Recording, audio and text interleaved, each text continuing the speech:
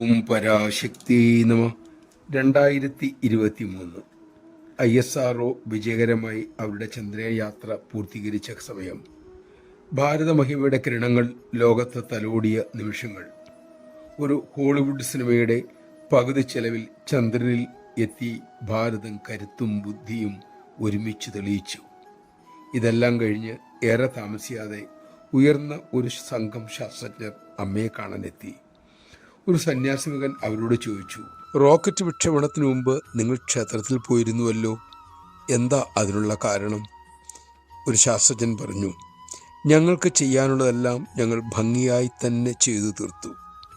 പക്ഷേ റോക്കറ്റ് വിക്ഷേപിക്കപ്പെടേണ്ട സമയത്തിന് മുമ്പ് അത് വിക്ഷേപിക്കപ്പെടാതിരിക്കാൻ ഞങ്ങൾ ദർശനം നടത്തി. അതാണ് അതിൻ്റെ രഹസ്യം. ആ ഉത്തരത്തിൻ്റെ ആഴം മനസ്സിലാക്കി അദ്ദേഹം വീണ്ടും ചോദിച്ചു, എന്താണിപ്പോൾ അമ്മയെ കാണാനായി വന്നത്? പുഞ്ചിരിയോടെ ആ ശാസ്ത്രജ്ഞൻ പറഞ്ഞു, റോക്കറ്റ് ആകാശത്തിൽ വളരെ വളരെ ഉയരത്തിൽ എത്തിക്കഴിഞ്ഞു. പക്ഷെ ഞങ്ങൾ നിലത്ത് തന്നെ നിൽക്കണമല്ലോ. അതിന് അമ്മയുടെ അനുഗ്രഹം വേണം, ഉപദേശം വേണം, അമ്മയുടെ ജ്ഞാനവും വേണം. നമഃശിവായ.